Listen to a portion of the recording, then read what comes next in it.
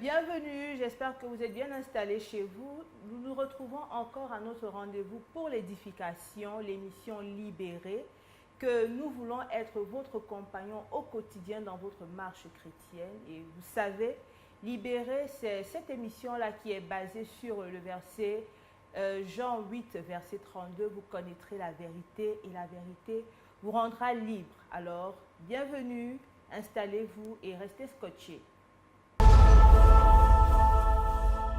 Sur ce plateau, je ne suis pas seule, je suis accompagnée d'un pasteur, un homme de Dieu de qualité. Bonjour, pasteur. Bonjour. Il s'appelle le pasteur Jean-Joseph Bellinga. Ouais. Je vous adresse la bienvenue. Merci. Merci d'avoir pris de votre temps pour être avec nous aujourd'hui. Merci. Vous avez certainement quelque chose à dire au public, à tous ceux qui nous regardent en ligne. Qu'il faut se tourner résolument vers le Seigneur et il y a la vie en Dieu. Voilà. Amen. Et voilà, je vous ai dit, c'était un pasteur, vraiment un homme de Dieu de qualité. Et puis, il va toujours nous dire des choses très spirituelles. Il faut se tourner vers Dieu, il faut. Et ça tombe très bien parce que nous allons aborder un thème qui est assez sensible. Il s'agit de la marche chrétienne. La marche chrétienne, je parie que chaque jour, c'est l'une des choses dont vous parlez au quotidien, la marche chrétienne, vous entretenez les jeunes convertis, les vieux convertis, les couples, les jeunes et tout. Certainement, c'est votre travail au quotidien en fait. Oui, c'est le travail du pasteur, d'aider les gens à vivre la réalité de Christ dans leur vie de chaque jour. Parce que le christianisme, c'est le quotidien. C'est le vécu de chaque instant. Et il faut être capable d'être rempli de Dieu dans sa vie de tous les jours. Ou alors vivre Dieu dans son quotidien. Waouh! Alors moi, je commence déjà à être très intéressée, ça me rend curieuse. Alors, quand je reçois le message de l'Évangile, j'en suis convaincue, je décide d'accepter Jésus-Christ comme Seigneur et Sauveur. Est-ce qu'on s'arrête là? Là, ce n'est que le départ, c'est le début, c'est une porte qui s'ouvre. Et si on reste au seuil, on ne va nulle part. Ah. La porte s'est ouverte, alors il faut entrer. Ok, et alors comment est-ce que ça se passe? Je suppose qu'il y a certainement un processus, comment est-ce qu'on entre, et quand on est entré, quelles sont les différentes étapes? Bien, maintenant, je pense qu'il est important qu'on se dise d'abord ce que c'est que le christianisme pour arriver à cela, parce que il faut qu'on comprenne que le christianisme, c'est le moyen dont Dieu nous a donné pour nous ramener à lui. L'homme s'est séparé de Dieu à cause du péché. Le christianisme, c'est le moyen que Dieu a donné à l'homme pour revenir à Dieu. Alors, le point de départ, évidemment, il faut que chaque homme puisse reconnaître qu'il est séparé de Dieu, qu'il est un pécheur et qu'il choisisse donc de revenir à Dieu. Revenir à Dieu, et Jésus-Christ est la porte ou alors la personne qui est chargée de nous ramener à Dieu. Alors, ça veut donc dire qu'à partir de ce moment qu'on s'est reconnu comme séparé de Dieu, il faut venir à Jésus-Christ pour reconnaître qu'on est pécheur, pour demander pardon de ses péchés à Dieu. Et la Bible nous enseigne que celui qui fait comme ça est accepté et justifié, accepté par Dieu. Donc la première étape, c'est la repentance en vérité. Une repentance qui doit être du fait qu'on reconnaît qu'on est séparé de Dieu. Je ne sais pas, là on n'a pas tout le temps, mais il faut que je dise encore une petite chose, Blandine, c'est que chaque homme doit savoir que le péché est une nature. Cette chose qui en toi t'amène à dire, à faire des choses qui sont contraires à la volonté de Dieu. Il faut donc reconnaître qu'on a vécu une vie contraire à la volonté de Dieu pour venir à Jésus-Christ en se repentant d'avoir fait des choses, d'avoir vécu, pensé, agi d'une manière contraire à Dieu et venir donc à Dieu pour dire « je me repens d'avoir vécu comme ça ». Ok. Donc, la première étape, ce que je retiens, c'est la repentance. Effectivement. La repentance. Et après la repentance, qu'est-ce qui vient ensuite? Parce que je suppose que vous avez certainement des cas même dans vos églises, dans vos assemblées, où il y a des personnes qui ont traversé l'étape de la repentance, mais qui peut-être ne savent pas comment continuer le trajet. Oui, après la repentance, évidemment, la deuxième chose va constituer à accepter Jésus-Christ comme son Seigneur et comme son Sauveur. Ça, c'est important. Accepter Jésus comme son Sauveur veut dire que j'accepte que c'est lui qui me sauve de mes péchés. Comme son Seigneur dit que je me soumets à Jésus-Christ. Je me soumets à son autorité, à sa seigneurie. Et quand on se soumet à Jésus-Christ, la première chose que Jésus-Christ va vous demander, c'est de vous baptiser. Ok. Oui. Donc la première chose sera donc le baptême. Le baptême qui est un engagement, comme la Bible dit, d'une bonne conscience. J'ai choisi de suivre Jésus. Et qu'est-ce que le baptême signifie? C'est que je m'identifie à Jésus-Christ.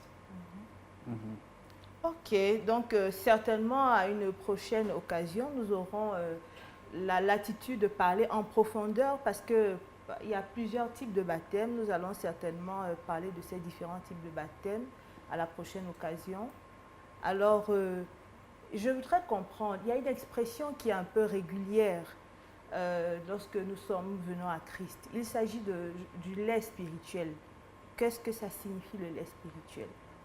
Bien, comme on a parlé d'un commencement, donc d'une naissance, nécessairement, chaque enfant a besoin du lait, c'est-à-dire qu'une nourriture qui n'est pas solide, mais qu'il peut digérer, qu'il peut absorber. Le lait spirituel devient donc la parole de Dieu, en réalité.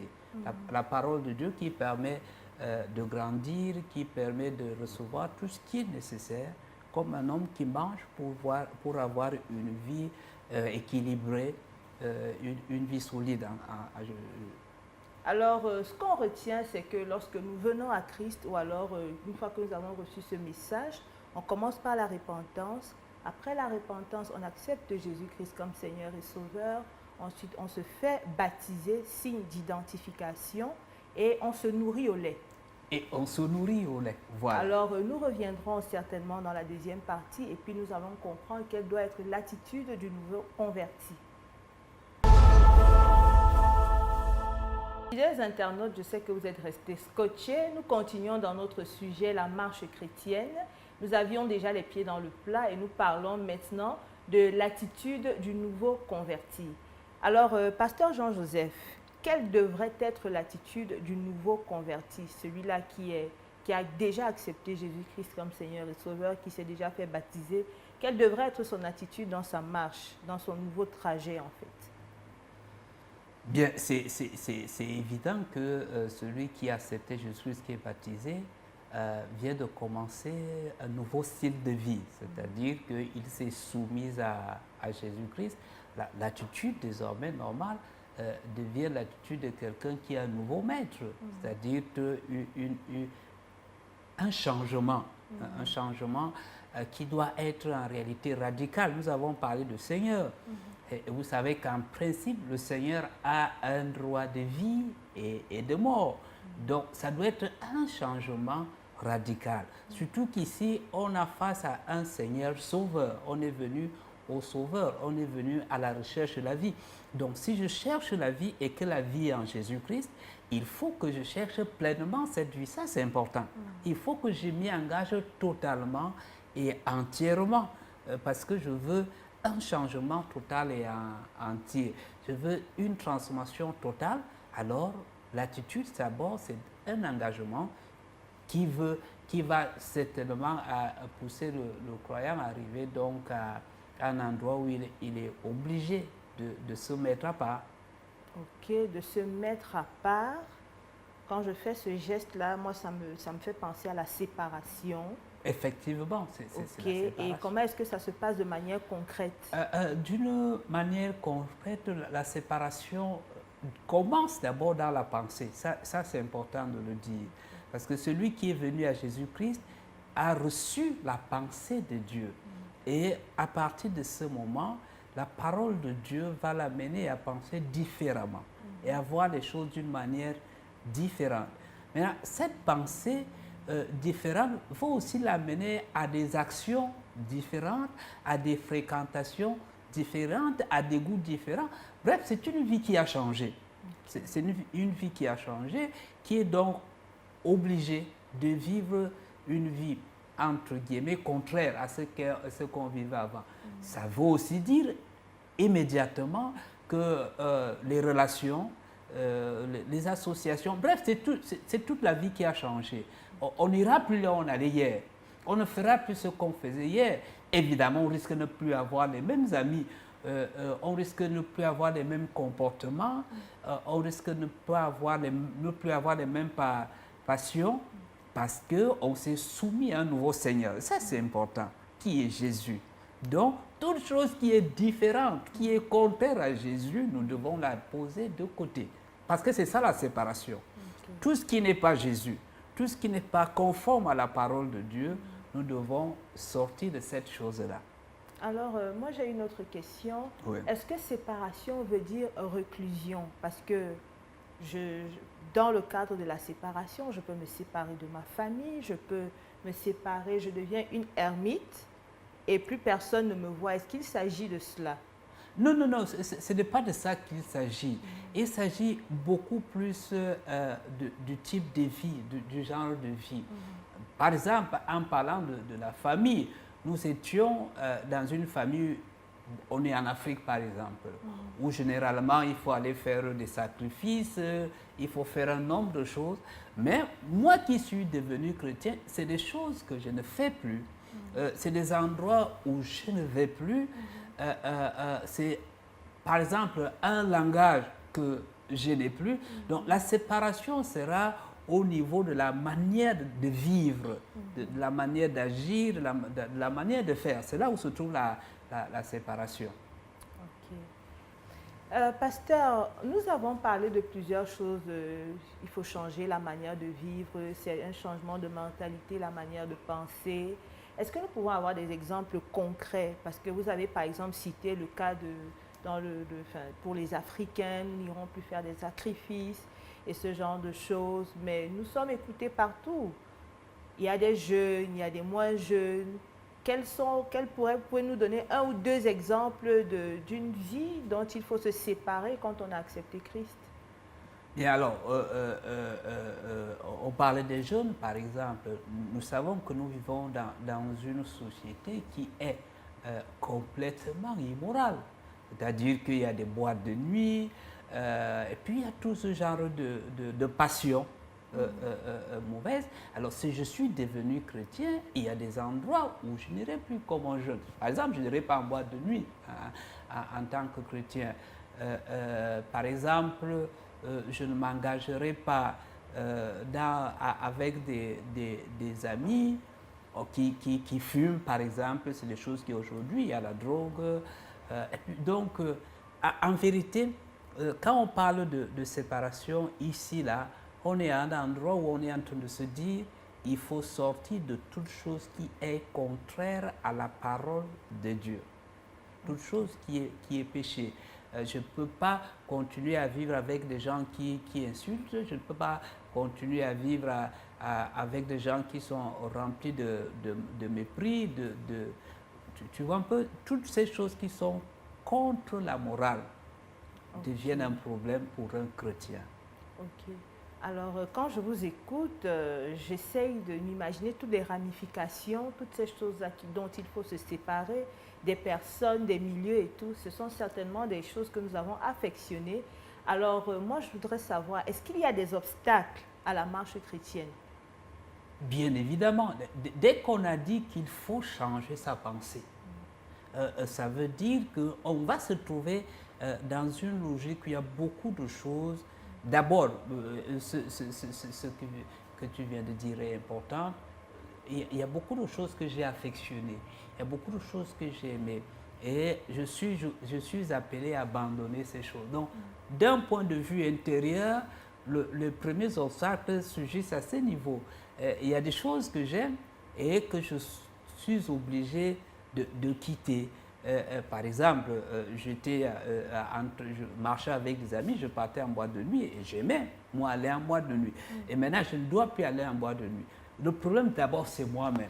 Alors, le premier obstacle, c'est sa propre volonté. Oui, voilà, ça c'est Ok. bien ça. Sa propre volonté, ses propres volonté. ambitions, ses désirs, ses passions qui sont contraires à la volonté de Jésus-Christ. Y en a-t-il d'autres obstacles? Oui, et puis l'autre obstacle, c'est la société, en commençant par la famille qui ne comprend pas que vous soyez obligé de changer, de ne plus vivre, de ne plus faire les choses qu'on faisait hier.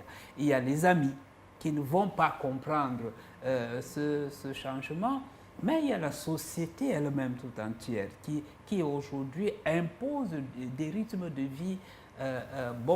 Disons ça entre guillemets, par exemple, nous sommes dans une société où l'homosexualité est en train de devenir une chose normale, donc il y a beaucoup de choses mauvaises qui sont en train de devenir normales. Et quand vous allez entrer dans cette société et vivre contrairement à cette société, la société va s'opposer à vous. Alors, surtout pas de panique, la marche chrétienne, ce n'est pas une pénitence, parce que nous avons d'abord parlé de séparation, et la séparation, il est clair qu'elle est douloureuse. Nous avons parlé des obstacles qui commencent par notre propre volonté, nous avons parlé de l'environnement, nous avons parlé de la famille, de la société qui constituent des obstacles. Alors, il n'y a pas que des obstacles dans la marche chrétienne, certainement, il y a des avantages et c'est là-dessus que nous allons chuter. Pasteur, quels sont les avantages à suivre une bonne marche chrétienne? Le premier avantage, ou alors le gros avantage, en fait, l'avantage en lui-même, c'est le salut de son âme. C'est-à-dire que on est arrivé à un endroit où on était perdu, on était en train d'aller en enfer parce qu'on était séparé de Dieu. On était sous le pouvoir du diable par conséquent. En donnant sa vie à Jésus-Christ, on est sauvé. Maintenant, on est réconcilié avec Dieu et on va au ciel pour l'éternité. Ça, c'est la première chose. Maintenant, la deuxième chose qui est tout aussi importante, c'est que le christianisme est le chemin de la liberté. C'est la plateforme de la liberté. Liberté personnelle d'abord, c'est-à-dire, j'ai dit tout à l'heure que l'obstacle, c'est les passions, les désirs. C'est que le christianisme va nous libérer des passions et des désirs destructifs. Il y a beaucoup de choses à l'intérieur de nous qui nous ont embrigadés. Et quand on vient à Jésus, en choisissant de suivre Jésus, il va nous libérer de propres passions internes qui nous détruisent nous-mêmes. Nous sommes libérés et ça donne une plateforme de paix intérieure, une plateforme de paix intérieure qui nous conduit à une joie intérieure, à une harmonie de l'homme avec lui-même. L'homme qui est réconcilié avec Dieu est nécessairement réconcilié avec lui-même. Donc, à une profonde harmonie interne. Et un homme, la vie sans harmonie interne n'a vraiment pas de sens. Parce que la vie est à l'intérieur, elle n'est pas à l'extérieur. Et le christianisme nous permet d'avoir la vie à l'intérieur pour qu'on puisse manifester cela à l'extérieur. Donc ça, c'est un gros avantage. Nous sommes dans une société où c'est clair, la chose qui manque le moins, c'est cette harmonie intérieure. C'est pour ça que les gens sont obligés de s'essayer à gauche et à droite. Il y a de nouvelles choses, de nouvelles tendances, on court à gauche, à droite parce qu'on recherche quelque chose, on cherche le bonheur, comme on dit, on cherche à être bien, mais c'est impossible d'être heureux quand on n'est pas réconcilié avec soi-même. Et alors, ça, c'est le premier gros avantage. Bien évidemment, après ça, il y a que une bonne marche chrétienne va nous permettre d'être libérés d'abord du joug naturel. C'est-à-dire, vous savez qu'on vit dans une société où chaque personne essaie de vous imposer quelque chose. La société elle-même vous impose quelque chose et vous ne faites plus jamais ce que vous voulez.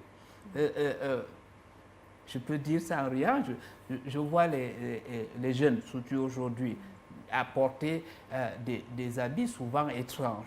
Mais au fond, ce n'est pas que l'habit lui plaît, Ce n'est pas, non, c'est comme ça que la société veut. Si je ne suis pas habillée comme ça, je risque de ne pas être acceptée, je risque pas. Alors, tu vois une jeune fille avec une chaussure qui a 2 mètres de hauteur, elle n'arrive pas à marcher. On est dans le froid, vous voyez une jeune fille qui est complètement nue sur le froid.